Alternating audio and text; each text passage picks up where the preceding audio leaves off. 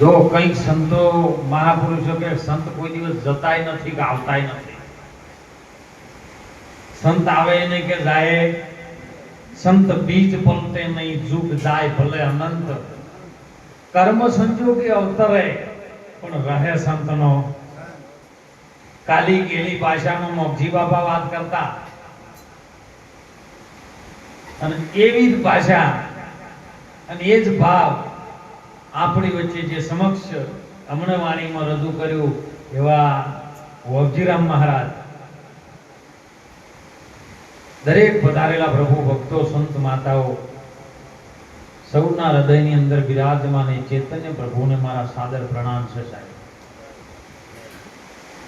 મહાપુરુષે એક શાયરી ખૂબ સુંદર વાત કરી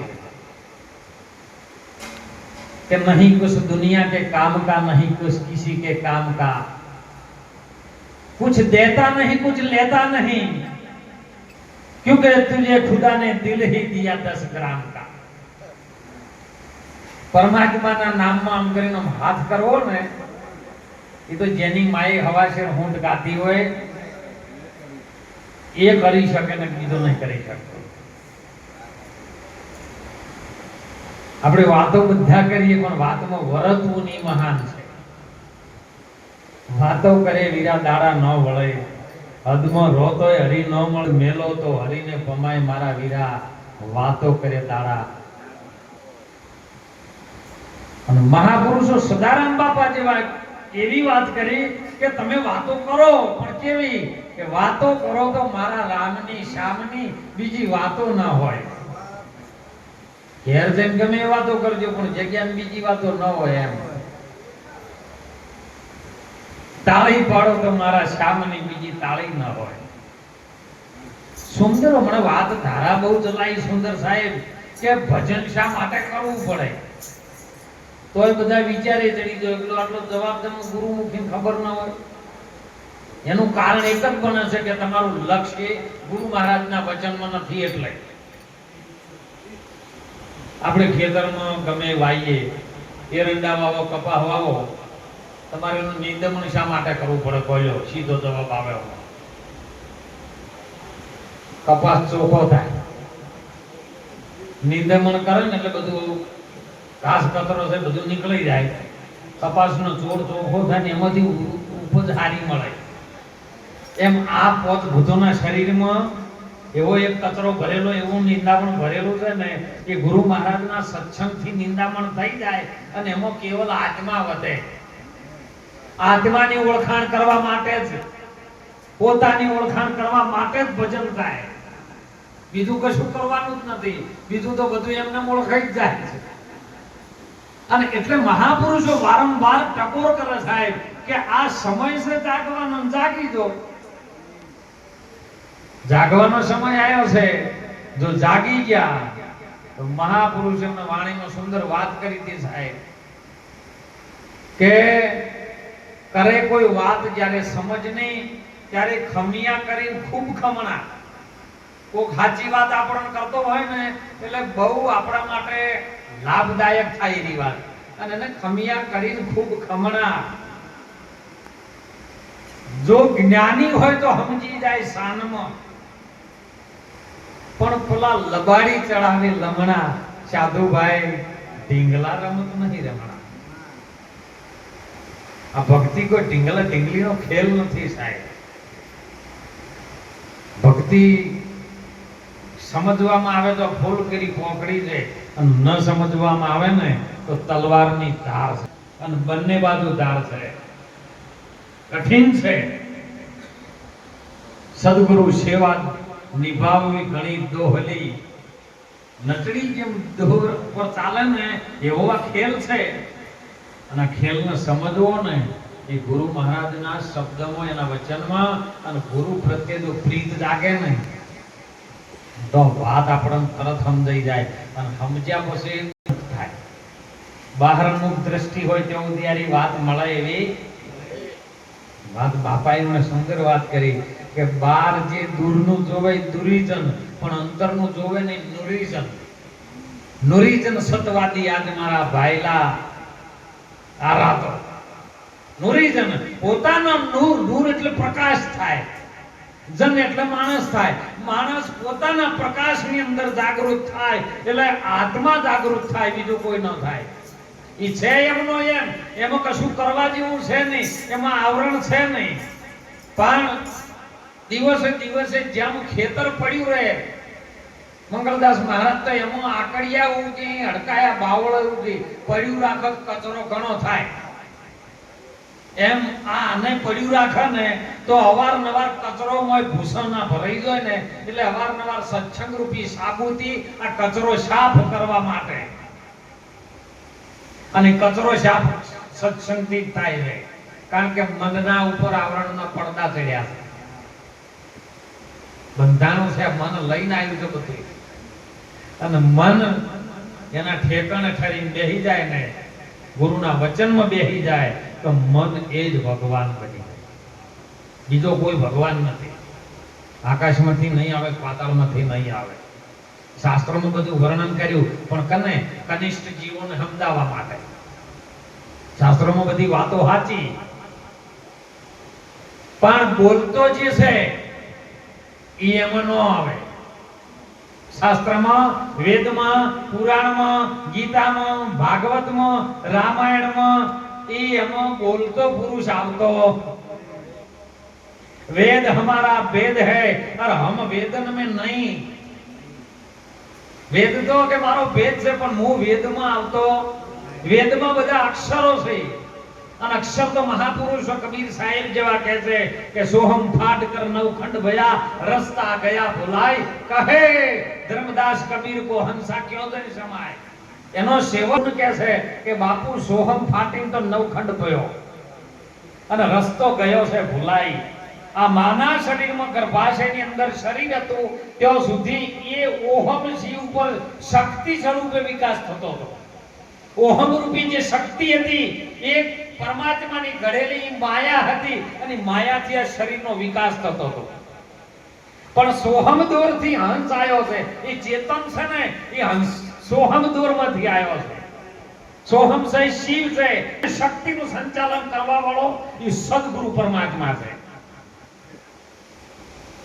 બ્રહ્મા નહોતા કે વિષ્ણુ નહોતા શંકર દેવા. શિવ શક્તિનો જેદી જન્મ નતો, અને તેદી મઢીએ પૂજારી કોણ હતા? સાધુભાઈ મન વિના કર્મ નહીં હોતા. હાલ શ્રાવણ મહિનો ચાલે છે. શું એવું બને કોઈ દિવસ કે 11 મહિના તમે પાપ કરો ને 1 મહિનામાં ધોઈ નાખો? હે, આ તો કે શ્રાવણ મહિનામાં ઉપવાસ કરો, અને પછી મહિનો ઉતર્યો ને શ્રાવણ મહિનો એટલે સીધા પહોંચ્યા નહીં કહાઈ વાળે.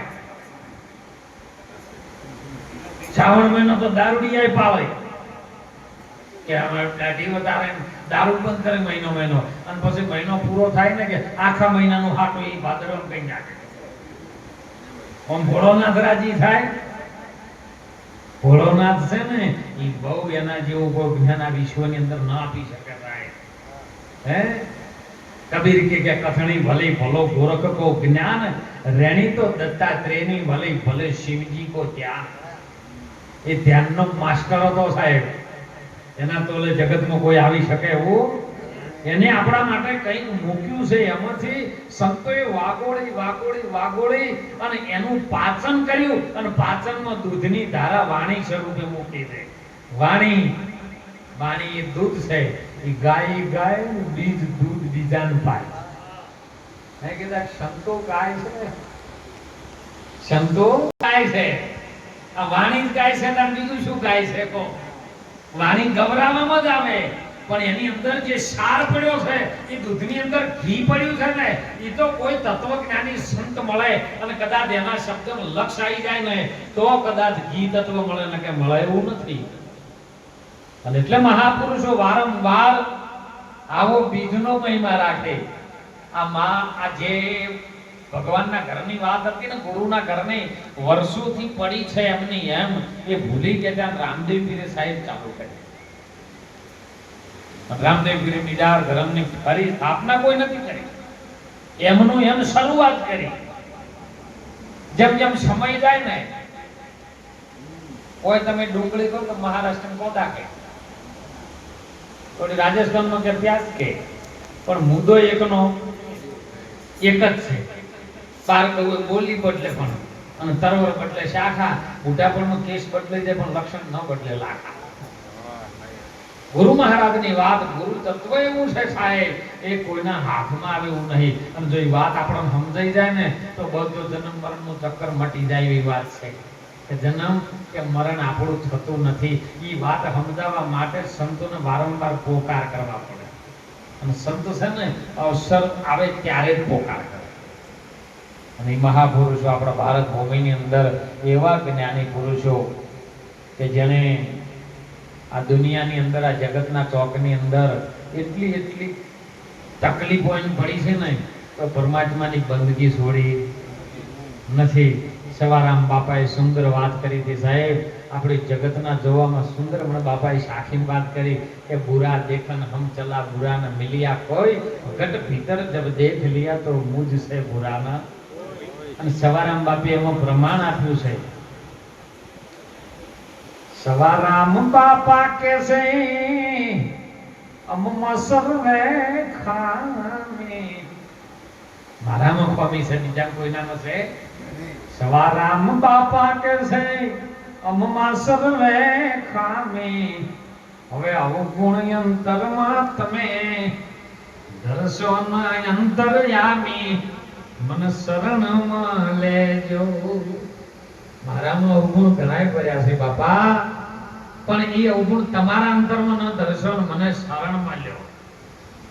અને શરણે થાવ તો ભક્તિ આવશે ને નહીં આવે. હવે શરણે થાવું નથી. અહમ ભાવ આપણો ન મટે ત્યાં સુધી ભજન સમજાય નહીં સાહેબ. ભજન કોઈ કરવાની વસ્તુ નથી, ભજન થઈ જાય. તમે ગુરુ મહારાજના વચનમાં લક્ષારત રાખો ને એટલે ભજન આપમેળે થઈ જાય સાહેબ. કોઈ કહેવું ન પડે. તમારે શું કરાવવું છે એની પાસે તો કહો, હે એની પાસે શું કરાવવું છે અને શું કરી ચો જવું છે તો કહો. આપણું લક્ષ્ય છે દોડ કરી પણ આપણી મંજિલ કયો છે એનું લક્ષ્ય આપણે કર્યું છે. લક્ષ્ય જેનું પકડાઈ જાય ને તો મંજિલ પકડાય નહીં, પકડાય સાહેબ. અને એટલે સંતોએ તો સુંદર વાત કરી છે કે તમે જાગજો, માણસનો અવતાર વારંવાર નહીં મળે. અને માણસ અવતારમાં બધી વાત સમજાય. બીજી વાત કોઈ યોનિમાં 1,84 જીવો છે પણ આ વાતને સમજી શકે એવા નથી. ત્યારે કબીર સાહેબે સુંદર વાત કરી હતી કે આ ભૂલો પડ્યો છે. આમાં 9 દરવાજા જે 9 ખંડ ભર્યા છે ને એમાં આવ્યો ને પછી બધા ચાલુ થયા નવે. અને 9 દરવાજાની નવી રમત છે. પણ 10મા મોલમાં એ દેખાય છે. પણ 10મામાંથી આવ્યો છે એ પાછું જવું હોય તો આ 10મો દ્વાર ગુરુનો છે. એ વચન એ પડ્યું છે ને એ મોતી પડ્યું છે. એમાં તું જા તો સોહમ ફાટ કર, ભલે 9 ખંડ ભયા, ભલે રસ્તા ગયા ભુલાઈ, કહે કબીર ધર્મદાસ કો હંસા શૂન્ય में जाके સમાય. અને લખીરામ બાપુ પાત્ર ભજવતા હતા ને એટલે ગુરુ મહારાજ કરમણ સાહેબ એમને મળ્યા ને એટલે